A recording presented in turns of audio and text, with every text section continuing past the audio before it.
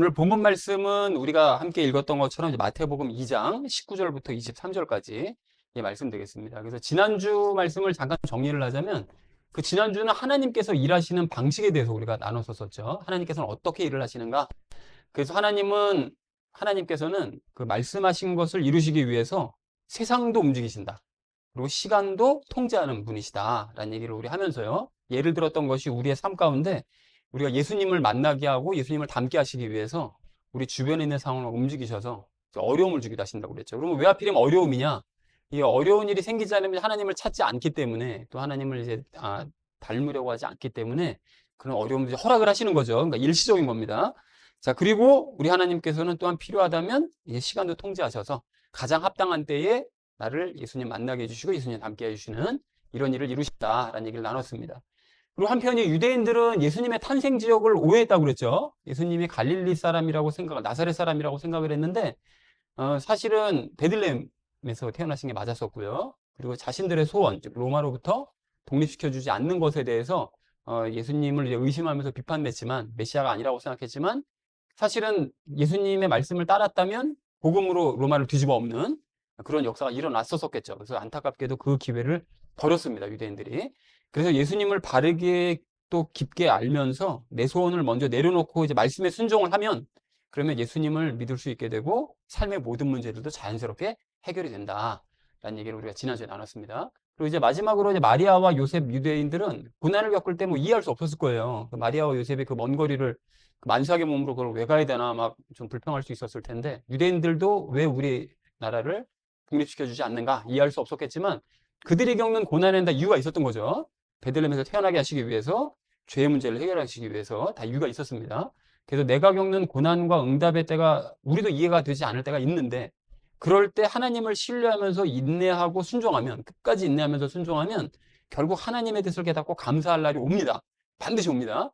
그러니까 우리가 현재 괴로움을 너무 이렇게 매몰되지 말자. 그거만 지나가면 분명히 하나님의 뜻을 깨달을 수 있다. 라는 얘기를 나눴습니다. 그래서 정리를 해보자면 세 가지로 정리할 수 있는데 하나님께서는 나를 위해 세상을 움직이시고 시간도 통제하는 분이시다. 그래서 소원을 내려놓고 예수님을 깊이 알려고 하면 삶의 문제도 해결을 해주신다. 그래서 고난의 이유가 있다는 사실을 믿고 인내하면 반드시 기쁨의 때는 온다. 라는 얘기를 우리가 라고 정리를 해볼 수가 있겠습니다. 이게 이제 지난주에 나눴던 말씀이었고요. 오늘 본문 말씀을 나누기 전에 우리가 잠깐 좀 그 정리할 게 뭐냐면 지난주에 예수님께서 태어나실 때 그 마리아와 요셉이 베들레헴으로 갔죠. 그리고 가고 난 이후에 사건들이 있습니다. 그리고 이제 오늘 본문 이야기가 나오게 되는데 그러니까 지난주 베들레헴에 갔던 것과 오늘 본문 사이에 있었던 일을 좀 잠깐 정리를 해드리자면 오늘 본문은 예수님 주변 인물들에서 먼저 이제 말씀을 하시는데 일단 주제는요. 겸손히 순종하며 기대하자라는 것을 이제 주제로 하는데 요 얘기를 나누자면 이렇습니다. 조세 등록을 하러 갔잖아요. 요셉과 마리아가. 갔는데 베들레헴에서 예수님을 낳은 후에 목자들의 방문을 받습니다. 누가복음에서. 이거 기억나시죠? 그러니까 목자들이 찾아와서 천사들이 목자에게 찾아가서 구원자가 나셨다라고 얘기를 해주니까 찾아왔죠. 목자들이 예수님을. 그리고 요때 동방박사들이 온 게 아니었습니다. 우리는 보통 이제 목자들과 동방박사가 같이 와가지고 경배한 걸로 알고 있지만 그 그림들도 많잖아요. 그런 거.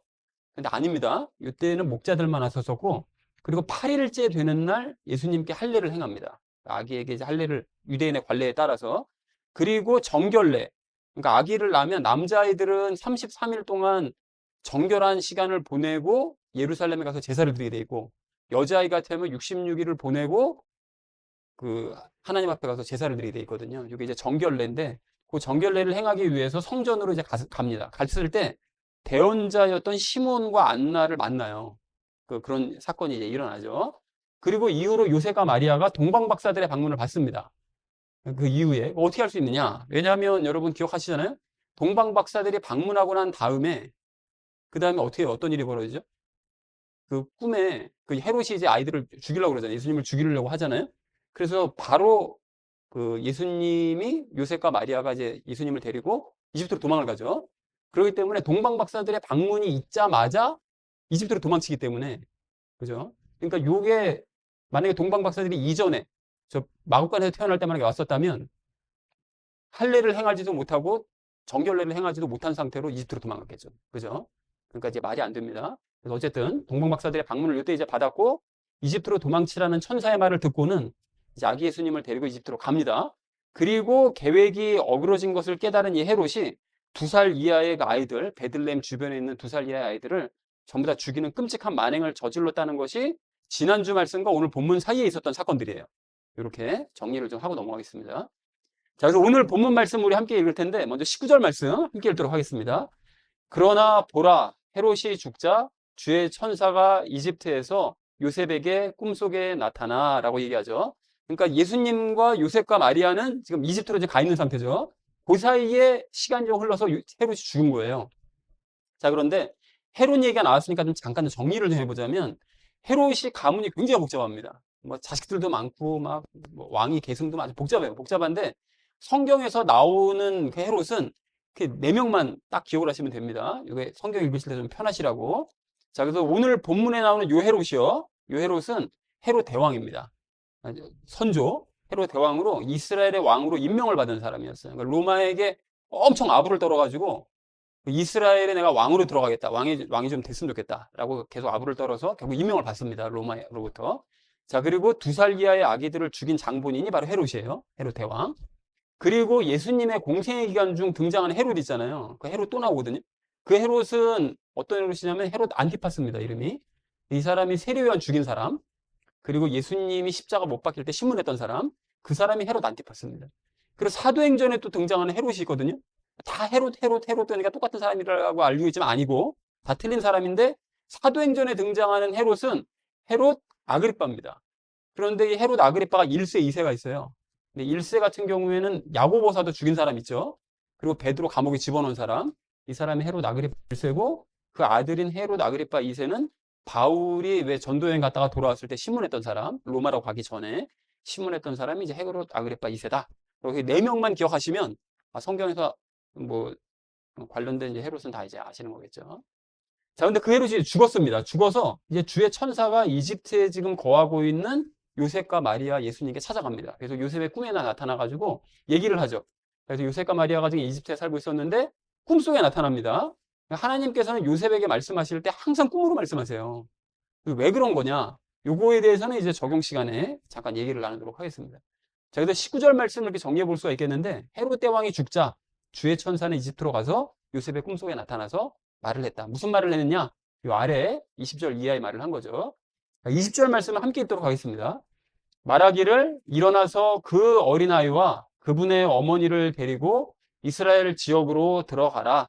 이는 그 어린아이의 생명을 찾던 자들이 죽었기 때문이라 하였더라. 라고 얘기하죠. 자, 그래서 요거는 뭐 특별히 어려운 내용이 없기 때문에 이제 전체적으로 정리를 해보자면 천사가 이제 꿈에서 얘기하기를 일어나서 예수님과 마리아를 데리고 이스라엘로 다시 들어가라. 복귀하라는 거죠. 그래서 예수님의 생명을 찾던 그 헤롯이 이제 죽었기 때문이다. 라고 이제 말을 했다는 것이 20절의 내용 되겠습니다. 자, 이어진 21절 말씀 함께 읽도록 하겠습니다. 이에 그가 일어나서 그 어린아이와 그분의 어머니를 데리고 이스라엘 지역으로 들어갔더라. 라고 말씀하시죠. 이것도 별로 어렵지 않아서 바로 정리를 하자면 요셉은 일어나서 예수님과 마리아를 데리고 이스라엘로 들어갔다. 라는 것이 21절의 내용 되겠습니다. 자, 이어서 22절 말씀 함께 읽도록 하겠습니다. 그러나 아르켈라우스가 그의 아버지 헤롯을 대신하여 유대를 통치한다는 것을 요셉이 들었을 때 그가 그리로 가는 것을 무서워하였더라. 그럼에도 불구하고 그가 꿈속에서 하나님의 경고를 받아 갈릴리에 속한 구역들로 길을 틀어 들어갔더라. 라고 말씀하시죠. 여기 아르켈라우스가 누구냐면 그 개혁 성경 우리 익숙하잖아요. 아켈라오. 그게 이제 아르켈라우스입니다. 그러니까 헤롯 안티파스 동생이에요. 그래서 헤롯 안티파스가 왕이 되기 전에, 그러니까 예수님이 공생에 사역하실 때 왕이 되기 전에 헤롯 이 아켈라오, 그러니까 아르켈라우스가 다스렸었는데 이 사람이 유대와 사마리아, 이두메, 에돔 그 지역을 다스리다가 유대인들이 워낙 폭정을 했기 때문에 유대인들이 엄청 반발했습니다. 그래가지고 결국은 로마에서 잘려요. 그 인물이 이제 헤롯 아르켈라우스입니다. 자, 그래서 그 사람이 그렇게 이제 다스렸었는데 그렇게 폭정을 저지르는 자가 다스린다고 하니까 두려운 거죠. 요셉이 들어가기가. 그런데 꿈속에서 하나님의 경고를 받습니다. 요셉이 이제 이스라엘이라는 말씀을 막 두려워서 못 갈 것 같으니까 막 두려워하니까 하나님께서 꿈을 통해서 요셉에게 경고를 하시죠. 그러니까 요셉이 그 경고를 듣고 길을 돌아가지고 갈릴리로 결국은 이제 갑니다. 요셉이. 그래서 22절 말씀 에 정리할 수가 있겠는데 아르켈라우스가 헤롯을 대신하여 유대를 통치한다는 말을 듣자 요셉은 두려웠지만 하나님의 경고를 받은 후에 길을 돌아서 갈릴리로 다시 들어가게 되었다라는 것이 22절 말씀의 내용 되겠습니다. 자, 마지막 23절 말씀 함께 읽도록 하겠습니다. 그리하여 그가 나사렛이라 불리는 도시로 와서 거하였으니 예언자들을 통하여 그가 나사렛인으로 불리게 되리라 하고 언급된 것이 성취되게 하려 함이라 라고 말씀하시죠. 자, 근데 여러분 여기서 이 하반절 말씀을 이렇게 보자면 나사렛인으로 불리게 되리라라고 예언자들이 얘기를 했다는 거예요. 근데 사실은 성경에 이런 구절은 없습니다. 정확하게 그 예수님이 장차 올 메시아가 나사렛 사람이라고 불릴 거야 라는 그 예언된 구절은 없어요. 그래서 정확하게 이런 구절이 없는데 추정컨대 그러니까 이사야서 9장 1절 2절 말씀을 보면 스불론과 납달리 이제 빛이 임하게 될 거라고 얘기를 하거든요. 그러니까 갈릴리 지역에 빛이 임하게 될 거라고 예언한 구절이 있고 또 시편 같은 구절들을 보면 사람들에게 메시아는 멸시를 당한다, 무시를 당한다. 이런 얘기들이 이제 언급된 것이 있거든요. 그러니까 이런 것들을 종합해가지고 마태가 이렇게 기록한 게 아니겠느냐라고 이제 추정을 합니다. 정확한 구절은 없는데 왜 이렇게 얘기를 했는지는 정확하게 학자들도 모르고 저도 모르겠어요. 근데 어쨌든 이런 것 때문에 이렇게 얘기한 것이 아니겠냐라고 이제 추정을 하는 거죠. 자, 그래서 23절 말씀을 이렇게 정리할 수가 있겠는데 그리하여 예수님은 나사렛이라는 도시에 거했으니 이것은 예언자들을 통해 나사렛 사람으로 불리게 될 것이라는 그 예언이 성취되게 하려는 것이었다. 그래서 나사렛으로 가게 된 거다라고 얘기했다는 것이 23절의 의미가 되겠습니다. 자, 그래서 오늘 본문 말씀을 이렇게 정리를 해볼 수가 있겠는데요. 헤롯 대왕이 죽자 주의 천사는 이집트로 가서 요셉의 꿈속에 나타나 일어나서 예수님과 마리아를 데리고 이스라엘로 들어가라. 예수님의 생명을 찾던 자들이 죽었기 때문이다라고 이제 말을 했죠. 그러자 요셉이 일어나서 예수님과 마리아를 데리고 이제 이스라엘로 갔는데 아르켈라우스가 헤롯을 대신해서 유대를 통치한다는 말을 이제 들으니까 요셉이 두려웠죠. 그런데 하나님의 이제 경고를 받고 길을 돌아서 갈릴리로 갑니다, 결국은. 그래서 예수님이 이제 나사렛이라는 도시에 거하는 바람에 그래서 그 이후로는 저 예수는 나사렛 사람이에요. 나사렛 예수 이런 얘기가 나오는 거죠. 그래서 이것은 예언자들을 통해 나사렛 사람으로 불리게 될 것이라는 그 예언이 성취되게 하려고 나사렛으로 가서 살게 되었다라는 것이 오늘 본문 전체의 내용이 되겠습니다. 자, 그래서 오늘은 우리가 예수님의 주변 인물들에 대해서 얘기를 좀 나누려고 하거든요. 그래서 세 가지를 좀 나눌 건데 그 첫 번째는 정체성에 대해서, 우리의 정체성에 대해서, 두 번째는 순종에 대해서, 마지막 세 번째는 선과 악에 대해서 이야기를 나누도록 하겠습니다. 그래서 오늘의 결론이요. 겸손히 순종하며 기대하자라는 것을 주제로 나머지 말씀을 삶에 적용하면서 말씀 나누도록 하겠습니다. 우리가 오늘 첫 번째로 함께 나눌 말씀은 정체성을 확인하자는 것입니다. 정체성을. 이제 여러분, 하나님께서는 과부와 고아, 또 가난한 사람이요, 그리고 나그네, 이방인 등 약자들에게 관심을 가지세요. 그러니까 유대인들의 입장에서 특히 이 과부와 고아들, 가난한 사람, 나그네, 이방인들은 정말 이게 상대를 안 하는 사람들이었거든요. 그래서 하나님께서 계속 그들에게 관심 가져야 된다, 관심 가져야 된다, 계속 얘기를 하십니다. 하나님께서. 그래서 정말 하나님께서는 이런 약자들에게 관심을 가지시는데 오늘 본문 이전의 구절들을 보면 그걸 확인할 수가 있어요. 뭔 소리냐? 하나님께서는 예수님이 태어나셨을 때 목자들에게 가장 먼저 알리십니다. 누가복음 2장 8절 이하에 나오는데 이 목자들은 항상 말씀드리죠. 이스라엘에서 직업 중에 최하층에 속했어요.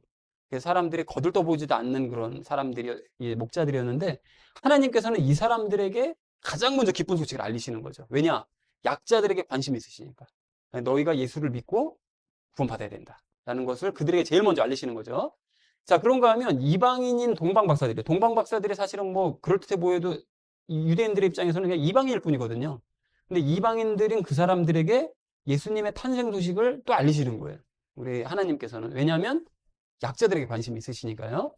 그리고 정결례를 치른 이후에는 시므온과 안나에게 예수님을 보이셨거든요. 그 시므온과 안나가 대원자라고 되어 있었는데 그 둘에게 예수님을 이제 보여주십니다. 이 사람들에게 왜 보여주셨느냐? 이게 참고로 시므온과 안나는 영적으로는 뛰어난 인물들이 맞아요. 그 안나 같은 경우에는 결혼한 지 8년인가요? 그 만에 남편 잃고 그 이후로는 성전 가서 내내 살았어요. 그 노인이 될 때까지. 그러니까 영적으로 뛰어난 인물들인 건 맞았는데 외적으로는 아무도 신경 쓰지 않는 그냥 평범한 노인인 거죠. 그냥 성전에서 그냥 죽치고 살고 있는 두 노친네. 남들이 봤을 때 그렇게 보는 그냥 그런 평범한 노인들이었는데 그런 약자들에게 하나님의 관심 가지시는 거죠. 그래서 예수님을 직접 보게 만들어 주십니다. 자, 그리고 또한 이방인이었던 헤로드 왕이에요. 헤로드 왕도 결국 이제 이방인이었거든요. 이 사람이 에돔 사람이었기 때문에 에돔 그 조상이 에돔 사람이었기 때문에 결국 이방인이었는데 이 헤로드 왕도 예수님의 탄생 소식을 알도록 악인이지만 그럼에도 불구하고 알도록 허락을 하신다는 거예요. 자, 그래서 위에서 언급한 인물들의 공통점이 뭐냐? 공통점이 뭔가 하면 유대인들의 기준으로 봤을 때 비주류에 속하는 사람들이라는 공통점을 가지고 있죠. 근데 그런 사람들이 제일 먼저 예수님을 만납니다.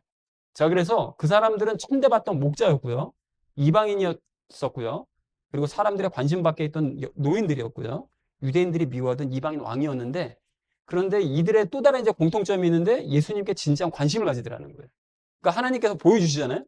그러면은 그냥 뭐 그런 사람이 태어났나 보다 이렇게 넘어가는 것이 아니라 정말 관심을 갖습니다. 이 사람들은. 그래서 목자들 같은 경우에는 한 달 후에 예수님께 바로 달려가요. 야, 내일 가보자. 밤이 늦었으니까 그냥 자고 내일 가서 찾아가 보자. 이게 아니라 바로 달려갑니다. 바로 예수님 보러. 그리고 동방 박사들은 먼 거리, 그러니까 바빌론으로 추정되는데 그곳으로부터 굉장히 먼 거리거든요. 여기까지 옵니다. 그 베들레헴은 또 저 아래쪽이잖아요. 이스라엘 중에서도. 근데 거기까지 찾아가는 거예요. 예수님을. 관심이 많으니까. 그리고 시몬과 안나 같은 경우에는 오랜 세월을 성전에서 버티면서 예수님을 기다려요. 그래서 시몬 같은 경우에는 드디어 제가 보고 죽게 해주셔서 감사합니다라고 기도를 제일 먼저 합니다. 예수님을 보고 구원자를 보고 죽게 만들어주시니 이 종을 그렇게 만들어주시니 너무 감사하다고. 그 시간까지 버티면서 기다린 거예요. 그리고 헤롯의 행위 같은 경우는 정말 악하잖아요. 2살 이하의 모든 아기들을 다 죽였으니까 악한 거는 맞는데 주목할 점이 뭐냐면 2살 이하의 아기들을 모두 죽일 만큼 예수님이 왕이 될 걸 믿은 거예요. 헤롯이. 얘는 잘하면 틀림없이 왕이 될 거를 믿었으니까 죽여버린 거거든요. 애들을. 그러니까 나쁜 의미로 관심을 가지긴 했지만 어쨌든 지대한 관심을 가진 건 맞습니다. 자, 그래서 우리가 주목할 게 뭐냐면 이런 사실들을 통해서 알아야 될 게 뭐냐면 예수님 진지한 관심을 가졌어야 될 유대인들은 별 관심이 없어요. 그러니까 동방 박사들이 헤롯 왕궁에 들어가서 왕이 태어났다던데? 라고 얘기하니까 거기 보면 서기관도 있었고 다른 사람들이 있었거든요. 제사장들도 있었거든요. 근데 그래? 메시아가 기다리던 메시아가 태어났어? 라는 얘기를 듣고 베들레헴에서 태어난다는데 얘기 한마디 하고 그 이후로는 얘기가 없어요. 관심이 없습니다. 그냥 뭐 태어났나 보다. 이런 거예요. 그냥 그 사람들은. 자, 그런데 비주류였던 사람들이 예수님의 탄생에 대해서 굉장히 진지한 관심을 갖습니다. 사회적으로 멸시받고 천대받던 이런 사람들이 더 예수님의 탄생에 관심을 갖는 거예요. 그래서 요한복음의 표현을 빌리자면 예수님께서 빛을 비추셨잖아요. 태어나시면서. 빛을 비추셨을 때 유대인들은 그 빛을 못 봐요. 못 보는데 비주류의 사람들은 빛을 보고 진지한 관심을 가지는 거죠. 그렇게. 그래서 이러한 현상이 여러분 지금도 이제 반복이 되는데 하나님께서는 높은 곳에 계시지만 소외되고 낮은 사람들에게 관심 가지시고 그들에게 예수님의 빛을 비춰주십니다. 사회적으로 멸시받고 낮은 신분에 속한다고 할 수 있는 사람에게 빛을 비추시는 건 똑같아요. 지금도. 그리고 그러한 빛에 관심을 가져야 될 사람들은 유대인들처럼 이제 주류가 돼버렸죠. 이 교회 다니는 사람들이. 그 유대교로 치면 지금 교인들이 해당될 수 있습니다. 그러니까 주류가 되어버린 교인들이 해야 되는데 이 교인들에게 하나님께서 빛을 안 비추시느냐, 교인들이라고 해서 다 예수님을 믿느냐, 아니라는 거죠. 아까 전에 아침에 어떤 분의 글을 봤는데 교회만 다닌다고 해서 하나님께서 구원을 해주신다면 그 큰 교회 옆에 살고 있는 그 고양이 걔도 구원받아야 된다. 걔는 뭐 말을 못하고 믿음을 갖는지 안 갖는지 모르지만 걔야말로 진짜 교회에 꾸준하게 출석하는 애다. 누가 이런 글을 봤어요. 누가 쓴 글을. 그게 맞는 얘기죠. 교회 다니는 사람들이 다 천국 갈 수 있는 게 아니잖아요. 그러니까 그 교인들에게 예수님께 관심을 가지라고 빛을 비춰주시는데 그런 사람들은 별 관심이 없습니다. 세상살이에도 관심이 많아요. 그런 경우가 많죠. 도리어 근데 하나님의 이러한 관심에 반응해서 예수님께 진지한 관심을 가지는 사람들은 영적으로 사회적으로 비주류로 할 수 있는 사람들이 도리어 관심을 더 많이 갖는다는 거죠. 그래서 가령 어리석고 연약하고 비천해서 세상에서 심지어 교회에서 멸시받는 사람들이요. 이런 사람들이 예수님께 관심 가지고 예수님을 만나는 거예요. 그래서 고린도전서 1장 27절 28절 말씀을 보면 이렇게 연약하고 비천하고 너희 어리석기 때문에 너희 구원받은 거야 라고 얘기를 하죠. 자, 그래서 다시 말해서 무시받는 직업을 가진 사람이요. 직업은 다 모든 사람들이 뭐 귀하고 공평하다고 얘기하지만 사실은 뭐 암암리에 다 그걸 마음속에 공감들을 막 하고 있잖아요. 그죠? 뭐 이런 직업을 갖고 있다 그러면 직업이 그거밖에 안 돼? 뭐 이런 식의 어떤 생각들을 갖고 있는 이런 황당함을 우리가 갖고 있죠. 그래서 그런 무시받는 직업을 가진 사람, 또 다른 종교를 가진 사람이요. 그리고 나이 들어서 멸시받는 사람이요. 심지어 악한 일을 저질렀던 사람이요. 그러니까 목자, 동방박사, 그리고 시므온과 안나, 그리고 헤롯처럼 이런 사람들이 예수님께 관심을 가지고 예수님을 만난다는 거죠. 이런 사람들이 두려워 있습니다. 그러니까 우리가 예수님을 정말로 만난 것이 맞다면, 우리가 맞다면 성경 말씀에 근거해서 우리는 지혜롭거나 권력 있거나 그러한 고귀한 사람이 아닌 거예요, 여러분. 이걸 아셔야 됩니다. 교회 다니면서 이렇게 막 고고해 보이는 장로님 가족 있잖아요? 그거 아니라는 거예요. 고귀하지 않아요, 우리는. 지혜롭거나 권력 있거나 고귀한 사람이 아니기 때문에 예수님 만난 겁니다. 그래서 예수님 믿은 거예요. 그러니까 사회적으로나 영적으로 비주류에 속한 사람들이라는 게 인정이 돼야 돼요. 그렇기 때문에 하나님의 관심에 우리가 반응할 수 있었던 거고 예수님을 만날 기회를 얻은 것이라는 거죠. 우리는. 자, 그렇다면 이제 마음에 품어야 될 것이 있는데 우리는 신앙적으로는 이방인에 속하는 사람들입니다. 이 사실을 잊으면 안 됩니다, 여러분. 우린 유대인이 아니에요. 이방인인 게 맞아요. 영적으로는 유대인이죠. 하지만 근본 태생적으로는 이방인에 속하는 것이 맞고 세상적으로는 비주류에 속한다는 사실을 기억해서 겸손해야 됩니다. 늘 하나님 앞에 사람들 앞에서 겸손하게 살아야 돼요.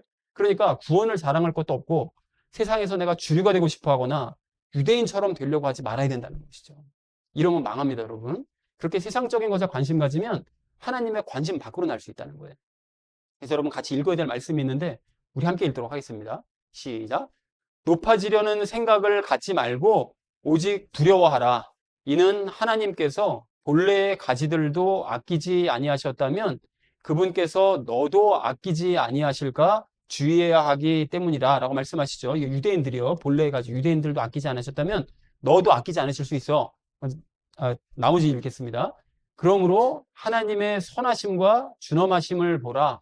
쓰러진 자들에게는 준엄하심이 있으나 너를 향해서는 선하심이 있으니 만일 내가 지속적으로 그분의 선하심 가운데 있다면 그러하리라.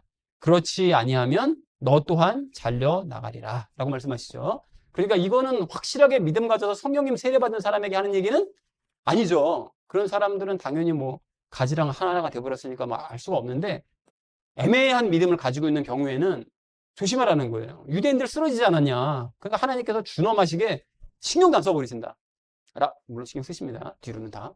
그렇게 하시자. 하시는데 너를 향해서는 지금 선하심이 있는 이유는 네가 지속적으로 선하심 안에 있기 때문에 지금 하나님의 사랑을 받는 것이지 네가 만약에 하나님을 배신하고 잘난 척하면서 교만하게 행동한다? 그러면 너도 유대인들을 아끼지 않으신 본래 가지를 아끼지 않으신 하나님이 너도 당연히 잘하실 수 있다. 그러니까 주의해야 된다라고 말씀하시는 거죠. 자, 그래서 예수님을 처음 만났을 때 그랬던 것처럼 예수님께만 관심을 가지며 사는 우리가 되기를 소망합니다. 그리고 이방인이자 비주류에 속하는 주변 사람들이 있잖아요. 지금 그런 주변의 사람들로 하여금 하나님의 관심에 주목하게 하고 예수님을 만날 수 있도록 예수님을 전하는 우리 모두가 되기를 간절한 마음으로 소망합니다. 자, 그래서 정리를 좀 해보자면 하나님께서는 약자에게 관심을 가지십니다. 그래서 오늘 나눈 인물들은 유대 사회에서 비주류였지만 예수님께 지대한 관심을 가진 그런 사람들이었다는 거죠. 그래서 우리도 영적 사회적으로는 비주류이기 때문에 예수님을 믿고 영접할 수 있었다는 거죠. 하나님이 우리 약자인 우리에게 비주류인 우리에게 관심을 가지셨기 때문에 만날 수 있었던 겁니다. 그래서 비주류이자 이방인이라는 사실을 기억하면서 늘 겸손해야 되고요. 그리고 예수님께만 지속적인 관심을 가지시는 저와 여러분 되시기를 주님의 이름으로 간절히 축원을 드립니다. 함께 나눈 말씀은 이제 순종하자라는 것입니다. 그래서 요셉이 여러분 이제 순종의 사람이었거든요. 근데 요셉이 믿음은 그렇게 좋지 않았던 것 같아요. 왜 그런 건가 하면 그 하나님께서 늘 꿈을 통해서 말씀을 해주시거든요. 요셉에게. 이게 뭔 소리냐? 믿음 없는 거하고 꿈 얘기가 뭔 소리냐라고 생각할 수 있는데 여러분 성경 전체를 보잖아요. 보면 꿈에 대한 많은 기록들이 있습니다. 많은 기록들이 있는데 그 내용들을 면밀히 관찰하면 공통점들이 보여요. 무슨 공통점이냐? 창세기 20장의 아비멜렉, 제가 좀 약간 길더라도 성경에 나와 있는 모든 꿈과 관련된 인물들에 대해서 지금 다 얘기를 할 건데 창세기 20장의 그 아비멜렉이라는 사람이 그 아브라함이 자기 그 부인을 여동생이라고 속였잖아요. 그때 잘못 건드릴 뻔했던 그 사람의 꿈에 나타나서 하나님께서 막 이제 꾸짖으시는 그 꿈을 꿉니다. 그리고 창세기 28장의 야곱의 꿈은 잘 아시죠? 그 속이고 도망갔었을 때 하나님께서 꿈에 나타나셨던 그 꿈이요. 그리고 창세기 31장에 야곱이 한참 바다나람에서 일할 때 양과 염소와 관련돼서 네가 이제 앞으로 많이 얻게 될 거다라는 천사가 얘기해 주는 그 꿈, 그리고 이제 고향으로 돌아가야 된다라고 하는 것도 이제 꿈을 꿉니다, 야곱이. 그리고 창세기 37장에서 요셉이 꿈꾸죠. 그래서 형들의 볕단이 자기에게 절하고 해와 달과 별이 자기에게 절하고 꿈을 꿉니다.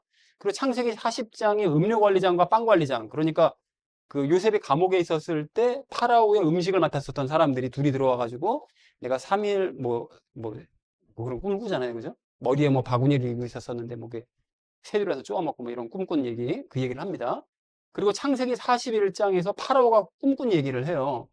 그래서 뭐 소가 올라와가지고 야윈 소가 살찐 소를 잡아먹고 이런 꿈을 얘기를 하잖아요. 그리고 사사기 7장에서는 미디안 군사들이 꿈을 꿉니다. 그러니까 기드온이 우리에게 들어와가지고 우리를 전부 다 이제 없애버릴 거야라는 거 관련된 이제 예지몽 같은 거를 꿔요. 꿈을 꿉니다. 그리고 사무엘상 28장을 보면 사울이 꿈 얘기를 해요. 사울이 꿈 꿨다는 얘기는 없지만 하나님께서 꿈으로도 뭐 사람을 통해서도 대언자를 통해서도 아무런 말씀 안 하신다 이런 얘기를 하거든요. 그러니까 예전에는 꿈으로도 말씀하신 적이 있었다는 얘기예요. 그러니까 거기서 이제 꿈을 언급합니다. 그리고 열왕기상 3장을 보면 솔로몬이 꿈꾸죠. 이건 잘 아시죠? 솔로몬이 1,000번째 드리고 나서 하나님께서 꿈에 나타나셔서 뭐라고 그러죠? 내가 너에게 무엇을 들어주랴? 그랬더니 저에게 지혜를 주십시오. 라고 얘기를 하잖아요. 이제 그렇게 꿈꾼 얘기를 합니다. 그리고 다니엘서 2장을 보면 느부갓네살이 꿈꾸죠. 근데 꿈꾼 내용을 기억을 못 하잖아요. 그러니까 꿈 내용 알아내라고 막 전부 다 막 닥달을 하잖아요. 이때 꿈꾼 이야기. 그리고 4장에서 또 다른 꿈을 꿉니다. 거대한 나무가 자라나서 있었었는데 그 나무가 밑둥부터 잘려나가는 꿈을 느부갓네살이 이제 꿈을 꾸게 되죠. 그리고 다니엘서 7장을 보면 다니엘 본인이 꿈을 꿉니다. 미래에 일어날 이야기, 내 짐승이 바다로부터 올라온 환상을 꿈에서 보는데 그 꿈 내용이 너무 기이해서 다니엘이 막 힘들어합니다. 그래서 며칠 동안 끙끙 앓아요. 그 꿈 내용이 막 너무 괴로우니까 힘들어하는 그런 내용에 대한 이야기가 이제 다니엘 7장에 나오죠. 그리고 마태복음 2장으로 드디어 와서 요셉이 계속 꿈꾸고 있잖아요. 그리고 동방 박사들도 꿈꾸고 옵니다. 꿈에 그 별을 보고 처음에 왔는데 꿈에 뭐라고 그러시죠? 하나님께서 헤롯에게 돌아가지 말고 고향으로 바로 그냥 돌아서 가라 라는 걸 꿈을 꿉니다. 동방 박사들이. 그리고 마지막으로 마태복음 27장에서 빌라도의 아내가 꿈을 꿔요. 그래서 예수님 건드리지 말라고, 괴롭히지 말라고 남편에게 빌라도에게 얘기를 하죠. 사정을 하는 이야기가 나옵니다. 자, 그래서 나오는데 이 꿈을 꾼 사람들의 공통점이 있어요. 그게 뭘까요? 뭐냐면 거의 다가 대부분이 믿음 없는 이방인이에요. 그리고 그나마 믿음이 연약한 상태의 사람들이 꿈을 꿨다는 사실을 알 수가 있습니다. 가령 예를 들면 야곱이 믿음이 없었잖아요. 그러니까 막 초반에 꿈을 꾸고 요셉도 어렸을 때는 믿음이 없었기 때문에 자기 꿈 꾼 거 막 자랑질이 나고 막 이러거든요. 유일하게 예외인 사람이 있는데 다니엘은 믿음이 충만한 사람이었지만 꿈을 꿨어요. 왜 그랬는가 하면 그 사람 같은 경우에는 미래에 일어날 먼 미래, 그러니까 지금도 아직까지 우리 시대에도 아직 오지 않은 미래, 그 미래에 대한 환상을 보고 너무나 괴롭고 힘들어 숨이 막혀서 힘들어하니까 하나님께서 그걸 꿈으로 그때 믿음이 너무 없었으니까 그때 그 상황에 대한 미래에 대한 것들은 믿음이 생기질 않으니까 그때만 꿈으로 얘기해 주셨던 요 상황만 예외고 나머지는 전부 다 믿음 없는 이방인이거나 믿음이 연약한 사람들이 꿈을 꿨다는 사실을 알 수가 있는 거죠. 그래서 그리고 또 대부분이 구약시대 인물들입니다. 신약시대에는 요셉과 빌라도 부인 외에는 꿈을 꿨다는 사람이 없어요. 신약성경에. 자, 그리고 신명기서 13장 3절부터 5절 그리고 이사야서 예레미야서를 비롯한 많은 대언자들이 꿈 꿨다고 자랑질하거나 꿈에서 뭘 봤다라고 얘기하는 사람을 주의해야 된다. 경고를 합니다. 이거를 대부분 사람들이 성경을 안 보시나 봐요. 이거 몰라. 이게 경고를 합니다. 그래서 꿈은 믿음 없는 이방인들이나 믿음이 연약한 사람들에게 하나님께서 말씀하시는 수단일 뿐이고 믿음이 좋아지면 하나님께서는 더 이상 꿈으로 말씀하지 않으시죠. 말씀으로 얘기하시죠. 그래서 꿈을 말하는 사람들을 조심하라고 경고를 합니다. 대언자들이. 꿈꾼 사람들 이야기 듣지 마. 거기 넘어가면 안 돼. 라고 이제 경고를 합니다. 자, 그러니까 오늘 본문으로 이러한 상황을 다 아는 상태로 본문으로 돌아와가지고 생각을 해보면 요셉은 믿음이 어떤 사람이라는 걸 알 수 있는 거죠. 믿음이 연약한 사람, 좋지 않은 사람이라는 걸 알 수 있는 거예요. 그러니까 하나님께서 계속 꿈으로만 얘기하십니다. 직접 얘기하시는 게 아니라 꿈으로만 얘기하세요. 믿음이 좀 부족하니까. 자, 그런데 이렇게 믿음이 연약한 요셉이지만 반전이 있습니다. 그 요셉이 믿음은 연약한데 하나님의 말씀에 즉각적으로 순종해요.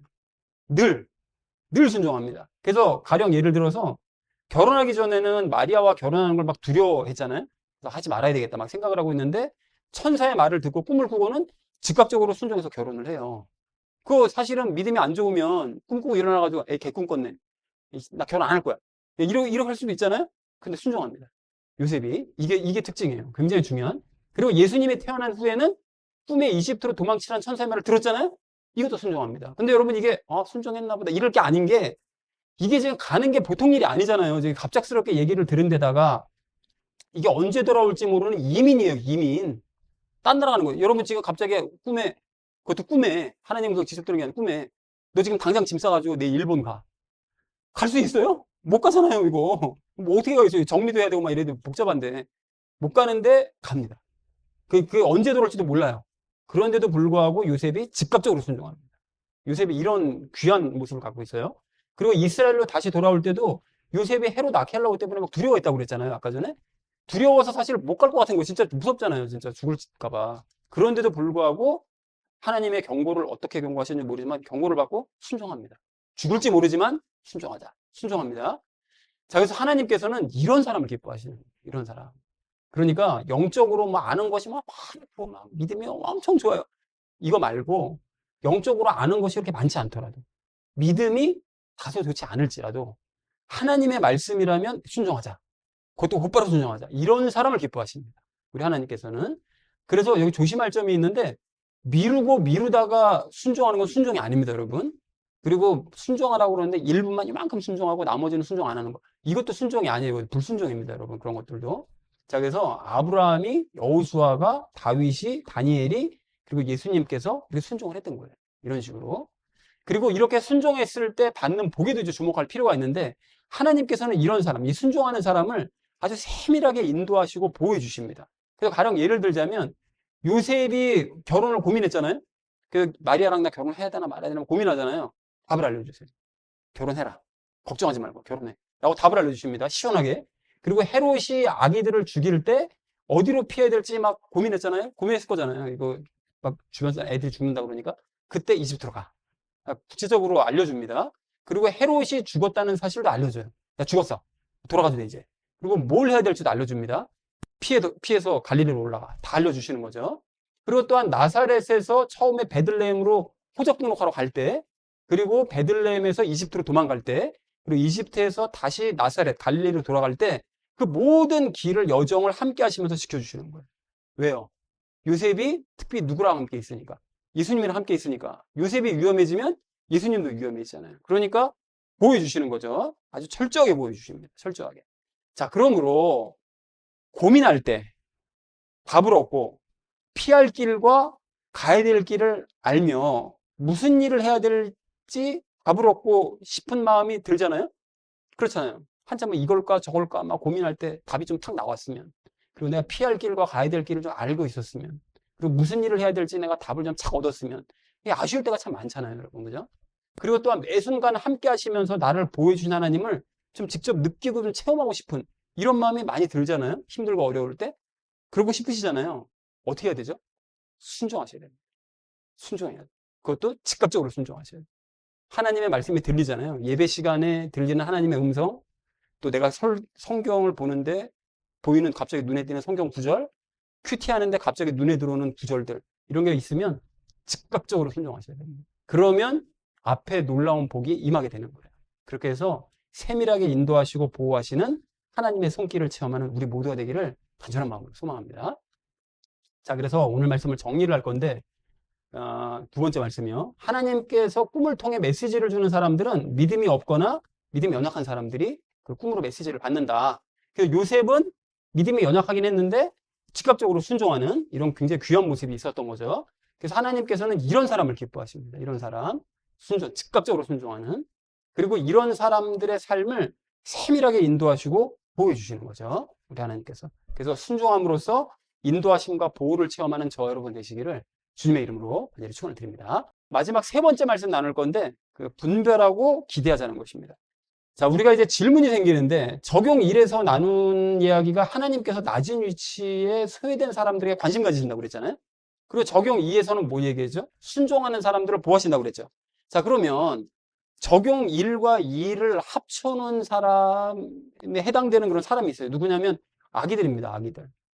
아기들은 굉장히 낮은 위치에 있는 존재고, 또 순종할 수밖에 없는 그런 존재인데, 그 두 가지에 모두에 해당한다고 볼 수가 있는데, 그러면 하나님께서 그를 보호해 주시고 관심을 가져주셔야 될 거잖아요.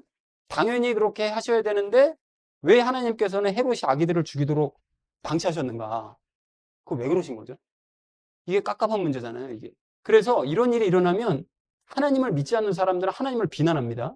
평상시 하나님 믿지 않던 사람들이 뭐 사회적으로 큰 문제가 생기거나 끔찍한 일이 벌어지면, 야, 하나님이 있냐? 있으면 이런 일이 벌어지냐? 막 이렇게 욕하잖아요. 그죠? 이렇게 비난한단 말이에요. 그리고 하나님을 믿는 사람들도 조심스럽게 하나님을 의심합니다. 하나님 왜 그랬지? 이렇게 의심하는 거예요. 그럼 뭔가 이유는 있겠지만, 좀 이상한데 이런 일이 벌어지면 안 되는데, 막 이렇게 의심한단 말이에요. 자, 그래서 하나님께서 왜 이런 일을 허락하시는지 알아보기 위해서 좀 몇 가지를 좀 확인할 게 있습니다, 여러분. 하나님에 대한 비난과 의심은 하나님의 선악 기준과 인간의 선악 기준이 달라서 생기는 거라는 거예요. 선악 기준이 서로 다릅니다. 그래서 하나님의 선악 기준은 하나님과의 관계예요. 그래서 우리가 먼저 번에 하나님께서는 관계를 소중히 여기신다고 스바냐서 말씀 가지고 얘기를 나눴었잖아요.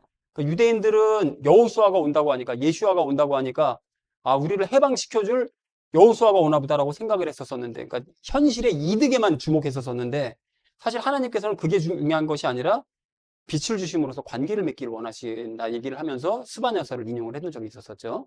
관계를 중요시하세요. 자, 그래서 하나님께서는 하나님과의 관계를 맺거나 관계가 좋은 상태를 선이라고 그러세요. 그게 이제 관계천국이라고 우리 얘기를 하잖아요. 그래서 하나님과 함께하는 게 선이고 하나님과 함께하지 않는 게 악이다. 이렇게 자주 하잖아요. 이게 바로 이겁니다. 관계천국을 하나님께서는 바람직한 상태로 여기세요. 그리고 하나님과 관계를 맺지 못해서 관계가 나쁜 상태, 그런 상태를 악이라고 그러세요. 그리고 관계 지옥인 거죠. 자, 근데 반면 인간들의 선악 기준은 인간들이 만든 윤리와 가치가 기준입니다. 윤리와 추구하는 가치, 이게 기준 삼아서 요거에 맞으면 환경적으로 해서 만족하면 선이라고 그래요. 환경 천국인 거죠. 주가가 막 이렇게 막 올라가요. 그래가지고 막 반도체주 사는데 막 이렇게 올라갔네요. 재산이 막 몇 배로 불었어. 막 선이야 선. 좋아 좋아. 환경이 너무 좋은 거죠. 그런데 이 기준에 맞지 않아요. 환경이 엉망돼 버려. 주가가 폭락해 버렸네. 그럼 어떻게 돼요?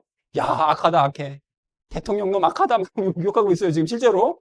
그 괜히 그냥 주식 얘기해가지고 사람들 다 망하게 생겼네. 막 악하다 악해 막 환경 비용인 거예요. 상태가. 자, 그래서 이것을 아는 상태로 헤롯이 아기들을 죽인 사건을 생각을 해보자는 거예요. 여러분, 이런 일을 당한 당시의 부모들, 그리고 이 일을 목격하고 있는 이 시대 사람들, 이 모두 이 상황을 보고 윤리적인 기준에 지금 어긋나는 그런 헤롯 행위 때문에 환경이 엉망진창이 돼버렸잖아요. 그러니까 악한 일이 벌어졌다고 생각을 해요. 맞죠? 실제로 악합니다. 악한 일이 맞아요. 그리고 특히 이 일을 당한 부모들은 환경적인 지옥을 체험했겠죠. 어떻게 살아요, 나머지 인생을. 끔찍한 일을 당했는데, 내 새끼가 그런 일을 당했는데, 나머지 인생을 정말 어떻게 살았는지도 모르게 살았을 거예요, 아마. 자, 그런데 여기서 분명히 알아야 될 사실인데 뭔가 하면, 이런 환경을 만드신 분은 하나님이 아니라는 거예요. 이게 중요합니다, 여러분. 헤롯이 마귀와 함께 만들어낸 악인 거예요. 아기들을 죽여라. 야, 너 걔가 왕이 되면 너 왕자리에 쫓겨나는데 괜찮겠어? 죽여. 그러니까 죽인 거거든요. 걔가 만들어낸 악이고 이에 대한 책임을 하나님께 돌리는 거예요. 하나님 뭐 했어? 내가 죽일 동안 나를 좀 막지. 이런 말도 안 되는 논리로 하나님을 비난하는 거예요. 자, 그래서 하나님께서는 아기들이 죽은 이런 상황을 힘들어 하십니다. 악하다고 평가하세요. 그런데 이런 일은 하나님과 관계를 맺지 않는 그런 악한 인간들 때문에 일어난 일을 일단 보시는 거예요. 자, 그리고 하나님께서는 악인들이 만들어낸 이런 결과를 방치하지, 이게 중요합니다. 이게. 악인들이 그럼 왜 그런 일을 하도록 막지 않으셨냐. 이 얘기를 잠시 후에 말씀을 드릴 건데, 하나님께서는 그 악한 자들이 벌인 그 결과를 내버려 두지 않으시고, 사람들은 하나님 비난하잖아요. 이런 악한 일을 하도록 하나님은 뭐 해서 비난하지만 그 이후로 아무 일도 안 해요. 그 악한 일을 그럼 수습하기 위해서 자기가 뭐 몸을 던져가지고 뛰느냐, 아무것도 안 합니다. 비난만 할 뿐이에요. 하지만 우리 하나님께서는 방치하지 않으시고 일하신다는 거죠. 어떤 식으로 일을 하시느냐? 죽은 아기들 같은 경우에 천국으로 데려가시는 거죠. 천국으로 데려가셔서 그들과 친밀한 관계를 맺으세요. 그래서 선을 베푸시는 거예요. 사람들이 생각하는 선과 악의 기준이 다르기 때문에 하나님께서 이 당신이 생각하는 이 선한 방법대로 선을 베푸시는 거예요. 그들을 천국으로 데려가십니다. 세상의 고통 겪지 않게 하시고, 그리고 또한 아기를 잃어버려서 괴로워하는 그런 부모들에게 깊은 관심을 가지시죠. 그리고 예수님을 믿도록 인도하셨겠죠. 그 이후로 예수님이 이제 태어나서 어른 되실 때까지 그들을 계속 관심 가지시고 돌보시다가 결국 예수님 믿도록, 그래서 그들과 친밀한 관계를 맺으심으로써 선을 베풀어 주시는 거죠. 그들을 천국으로 인도하시는 거죠. 그래서 여러분, 이거에 대한 대표적인 예가 소설 오두막이에요. 오두막 소설 보셨나요? 영화도 막 있고 이렇던데 보면 이게 자기 막내딸이 그 성범죄자 연쇄살인마 끔찍한 일을 당하고 죽은 거예요. 이 아버지는 미치죠. 미치는 거예요, 진짜. 그래서 하나님을 막 더 부인합니다. 그런데 하나님께서 소설이니까 오두막으로 초대하시죠. 그래서 만나세요. 그와 함께 며칠을 지내십니다. 그래서 이 사람이 하나님을 만나고 완전히 변화돼요. 그리고 자기 딸이 천국 가서 행복하게 살고 있다는 것을 보여주세요. 그러니까 이 사람이 완전히 변한 거죠. 그래서 그런 식으로 선을 베푸시는 거예요. 환경적인 지옥을 체험했지만 그 일을 계기로 선을 체험하는 거죠. 하나님의 선을, 하나님과 친밀한 관계를 맺는 선을 체험하게 됩니다. 그래서 이렇게 하나님께서는 인간들이 만들어낸 악한 상황을 선으로 바꾸시는 분인 거예요. 다시 말해서 인간들이 만든 환경 지옥을 관계 천국으로 바꾸시는 분인 거죠. 우리 하나님은. 그래서 하나님께서는 환경적인 지옥의 상황이 발생하지 않도록 평상시 항상 환경을 주관하세요. 보호하시죠. 그렇기 때문에 여러분 세상이 지옥이 아닌 거예요. 지금 가끔 가다가 괴롭고 힘든 일이 벌어지는 것은 매일 벌어지지 않잖아요. 그죠? 매일 벌어질 수도 있는데 하나님께서 매일 그런 일이 벌어지지 않도록 막으시다가 어떤 일에 대해서는 막지 않고 내버려 두시는 거예요. 그렇기 때문에 큰 사건이 한 번씩 터지는 겁니다. 우리 하나님은 항상 환경을 주관하시고 보호하는 방식으로 일하시는 게 맞아요. 맞는데 악한 자들이 때로는 끔찍한 일을 저지를 때 하나님만 아시는 그 이유로 인해서 우리는 아직 이해하지 못하는 하나님만 아시는 이유 때문에 그 일이 일어나도록 그냥 내버려 두시는 거예요. 허락하시는 거예요. 왜 그런지는 우리 모르겠지만 그런데 그럴 때 악한 일에 대한 뒷수습을 하시는 방식으로 그럴 때는 일하시는 거죠. 평상시는 그런 일이 일어나지 않도록 일하시다가 그런 일이 벌어지게 되는 경우에 내버려 두시는 경우에는 뒷수습을 하는 방식으로 일을 하시는 거죠. 자, 그래서 하나님께서는 관계 천국을 위해서 때때로 환경 지옥을 허락하기도 하시는 분이시다. 이유는 모르겠지만 그래서 우리의 삶도 마찬가지라는 거예요. 때때로 지옥처럼 힘든 환경을 맞닥뜨릴 때가 있죠. 살다 보면 일이라는 게 막 고난이 하나만 겹치는 게 아니잖아요. 세네 가지가 한꺼번에 밀려 들어옵니다. 사람 죽어요. 아주 괴로워 죽습니다. 그게 겪는 동안은. 그래서 그런 일은 우리 인생에 전혀 필요하지 않다고 생각되고 그냥 괴롭기만 한 일이다라는 생각이 들지만 그런 일이 일어날 때 비로소 우리가 마음이 낮아지는 거죠. 그런 일이 일어나야만 그리고 지난 시간에 나눈 것처럼 그럴 때 하나님을 간절히 찾게 되는 거거든요. 요게 하나님께서 그런 일이 일어나도록 내버려 두시는 것일 수 있다는 거예요. 하나님께서는 세상을 움직이신다고 그랬잖아요. 나라의 변화를 위해서. 그렇기 때문에 이런 일을 허락하시는 걸 수 있어요. 간절히 찾게 하시기 위해서 하나님을. 그래서 괴롭긴 하지만 이런 과정을 지나고 나면 하나님과 관계를 맺거나 친밀한 관계를 맺게 되어서 관계 천국을 누릴 수 있게 되는 거예요. 비로소 하나님과. 그래서 그 결과 하나님의 선이 이루어지는 거죠. 그 목적이 이루어지는 거예요. 그래서 나의 경우, 그러니까 저 같은 경우에 과거에는 힘든 일을 겪는 거를 극도로 꺼렸거든요. 어렸을 때 그 아버지 사업이 망하는 것 때문에 너무나 힘들고 괴로운 일을 겪어서 인생살이 할 때만 힘든 일을 겪으면 너무 괴롭고 힘든 거예요. 조금만 힘들어도.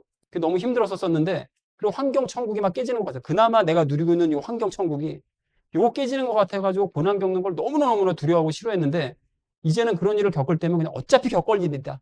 겪어야 될 일이다라고 생각하고 가급적 이유나 원인을 따지지 않고 그냥 겪는 거예요. 그리고 결론이 선하게 될 걸 믿는 거죠. 그리고 하나님과의 관계 천국이 더 하나님과 더 깊게 친밀해질 거야. 기대하면서 그냥 보내는 겁니다. 그 시간을. 고난의 시간을 지내는 거예요. 그냥 지나가도록. 그래서 그러한 소망을 가지면 실제로 관계 천국을 누릴 수 있고 부분적인 환경 천국도 허락을 받는 거죠. 그래서 그런 일들을 겪고 나서 일기를 항상 쓰는데 일기 쓰는 걸 보면 깨닫는 것도 막 내용도 엄청 풍성해집니다. 그냥 아주 쏟아져요. 쏟아져. 하나님과의 친밀한 관계며 그 기쁨과 위로와 이런 것이 충만하게 되는 거죠. 자, 그러니까 환경이 지옥처럼 변하게 될 때 이런 일이 가급적이면 있지 않기를 소망하지만 혹시 이렇게 되면 이해할 수 없다면서 불평하거나 하지 말자는 거죠. 그래서 지난 시간에 나눈 것처럼 모든 일에는 이유가 있고 그리스도인에게 우연이라는 건 없어요. 다 이유가 있기 때문에 이런 일이 벌어지는 거거든요, 지금. 그래서 하나님께서는 결국 나에게 선을 베푸실 거고 이게 중요하죠. 결국은 나에게 선을 베푸실 거고 더 큰 기쁨을 주시기 위해서 이런 일들을 허락하신다는 사실을 믿고 기대하는 우리 모두가 되기를 간절한 마음으로 소망합니다. 자, 그래서 이제 세 번째 얘기를 정리할 건데 하나님께서 약자이자 순종적인 갓난아기들이 죽도록 내버려 두신 것에 의문을 품을 수 있죠. 근데 하나님의 선악 기준은 관계고 인간의 선악 기준은 윤리와 가치의 환경이기 때문에 이게 좀 차이가 난다.